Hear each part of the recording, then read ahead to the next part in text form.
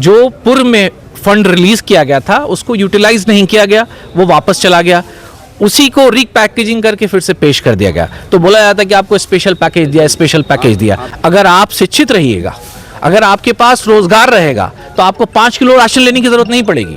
सुई से लेके जहाज तक कांग्रेस की देन है। आज इस देश में जितनी चीजें दिख रही है ना, वो कांग्रेस की देन है।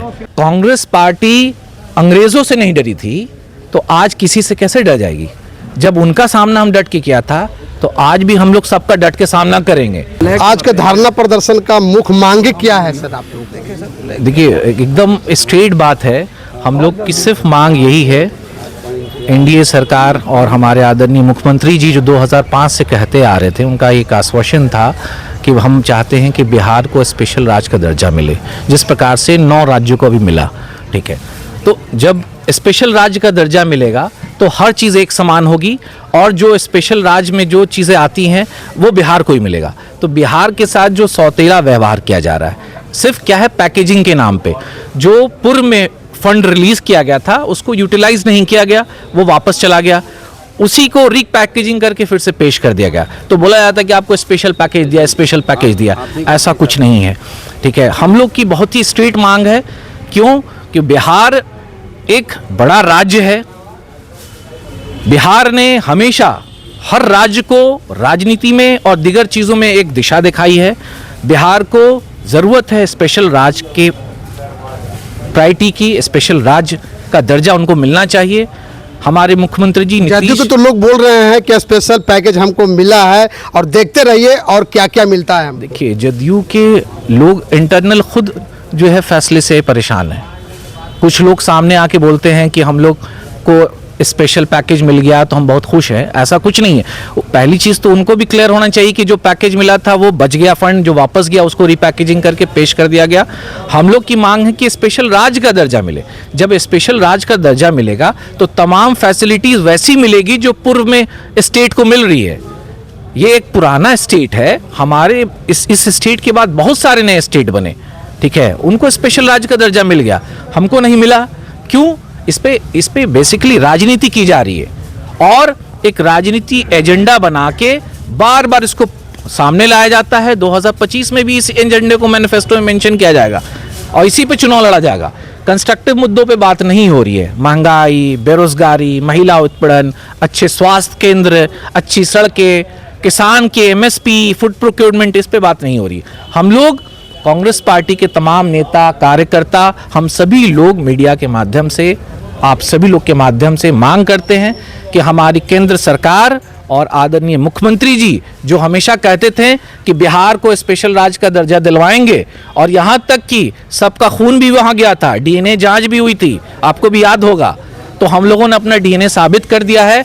अब जो कमिटमेंट उन्होंने किया था और जिस आधार पर उन्होंने आवाम को मिसलीड करके वोट लिया, अब वो काम को करें, अन्यथा अगर नहीं करेंगे तो हम लोग का चरणबंद आंदोलन सड़क से लेकर संसद तक चलेगा। 80 करोड़ लोगों को 5-5 किलो राशन मिल रहा है। आप देखिए, आप मीडिया हो के आपने एक सवाल किया, आप सोच लीजिए, आप खुद ये बात बोल रहे हैं, मतलब किस तरह से हिंदुस्तान की आवाम को अपंग बनाने की कोशिश की जा रही है। अगर आप शिक्षित रहिएगा, अगर आपके पास रोजगार रहेगा तो आपको 5 किलो राशन लेने की जरूरत नहीं पड़ेगी। लोगों को शिक्षा चाहिए, रोजगार चाहिए। 80 करोड़ लोग को आपने चावल दे दिया, खुद अनाउंसमेंट कर रहे हैं आप। इट मींस कि एक बड़ी आबादी देश की आज बेरोजगार है। कितनी दुर्भाग्य की बात है। केंद्र सरकार तो बोल रही है कि हम हेल्प कर रहे हैं। नहीं, ये दुर्भाग्य है। केंद्र सरकार, हिंदुस्तान की आबादी एट प्रेजेंट 1 अरब 40 करोड़ है और 80 करोड़ को उन्होंने अनाज दे दिया।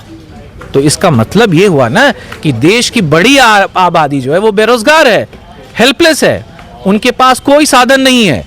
तो क्या ये सरकार चाहती है कि आजादी के पहले वाला हिंदुस्तान फिर हो? मुल्क बात कर रहे हैं सुपर पावर की, टेक्नोलॉजी एडवांस हो चुकी है। अब सारा काम जो आप देख रहे हैं, विश्व कहां से कहां पहुंच गया है और अभी भी वही बात हो रही है। क्या अभी का भी एजेंडा रोजी रोटी कपड़ा मकान होना चाहिए? अब बात इसके ऊपर की होनी चाहिए। ये जो बातें वो कहते हैं और जो कमिटमेंट करते हैं, सब पे वो पूरी तरह से विफल है। और जितनी कंस्ट्रक्टिव बात होनी चाहिए उस पे तो बात ही नहीं छड़ते हैं। वो सबसे दुख की बात यह है कि देश के प्रधानमंत्री किसी पॉलिटिकल पार्टी के प्रधानमंत्री नहीं है, वो देश के 1 अरब 40 करोड़ के प्रधानमंत्री है। और ये उनकी नैतिक जिम्मेदारी है कि हिंदुस्तान के हर एक आवाम की सुरक्षा, हिंदुस्तान के हर एक आवाम के अच्छे रोजगार। जातीय जनगणना जो है नीतीश कुमार ही बिहार में करवाया। देखिए, जाति जनगणना को लेके कांग्रेस पार्टी, हमारे स्टेट के कलीग नीतीश, हमारे क्या बोलते हैं तेजस्वी यादव जी, इन लोगों का बहुत एम्फेसिस था। और अभी भी ये बहुत सी क्लैरिटी इसमें नहीं हुई है। अगर ये पूरे नेशनल लेवल पे हो जाता तो आज सब दूध का दूध पानी का पानी हो जाता, कि जिसकी जितनी आबादी उसकी उतनी हिस्सेदारी की बात होती। तो ये क्लैरिफाई तो केंद्र सरकार तो कह रही है कि कांग्रेस जो है 70 साल राज किया, लेकिन 1931 के बाद में कभी जनगणना हुई नहीं थी। आप बोल रहे हैं कि जातीय जनगणना करवा दी। सबसे पहली बात है कि कांग्रेस ने 70 साल शासन नहीं किया, 55 साल किया। और सुई से लेके जहाज तक कांग्रेस की देन है। आज इस देश में जितनी चीजें दिख रही है ना, वो कांग्रेस की देन है। और उसी का ये खामियाजा है कि जितने पीएसयूज का ये प्राइवेटेशन कर रहे हैं, जो रेलवेज का प्राइवेटेशन किया, एयरपोर्ट का प्राइवेटेशन किया, रेल का प्राइवेटेशन किया, स्टील इंडस्ट्री का प्राइवेटेशन किया, बीएसएनएल का किया, भारत पेट्रोलियम का किया, ये सारी चीजें कांग्रेस पार्टी के शासनकाल में हुई थी। उसका ये प्राइवेटेशन कर रहे हैं। इन्होंने कितनी इंडस्ट्री बनाई, कितने इंस्टीट्यूशन बनाए, कितने हॉस्पिटल बनाए, आप देख लीजिए। आप तो मीडिया के साथी हैं, पढ़े लिखे हैं, बुद्धिजीवी हैं, आप खुद सर्च कर लीजिए। गूगल का जमाना है, गूगल कीजिए, आपको पता चल जाएगा इन्होंने क्या किया। सारा कुछ इस देश में 55 साल में कांग्रेस पार्टी ने किया था।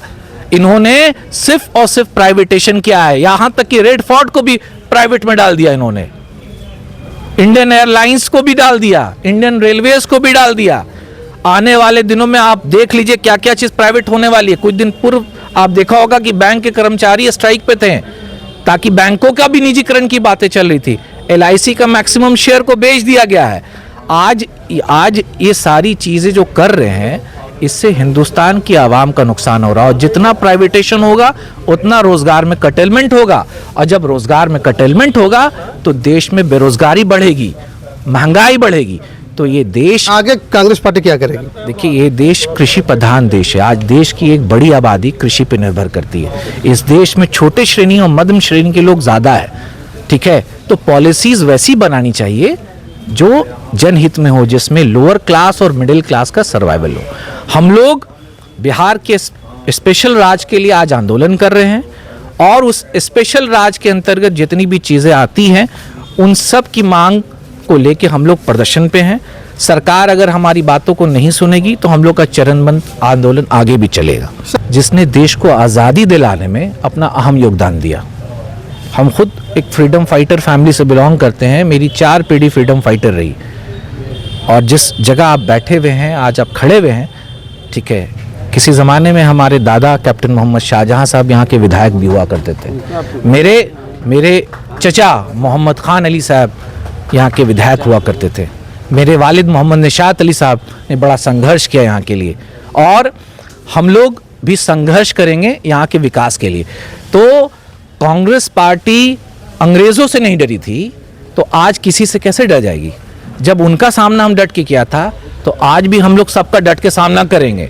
और जो देश के खिलाफ, लोकतंत्र के खिलाफ हरकत करेंगे, कांग्रेस पार्टी उनके खिलाफ स्टैंड लेगी और अपनी आवाज़ नहीं, जनता की आवाज़ को मजबूत करेगी।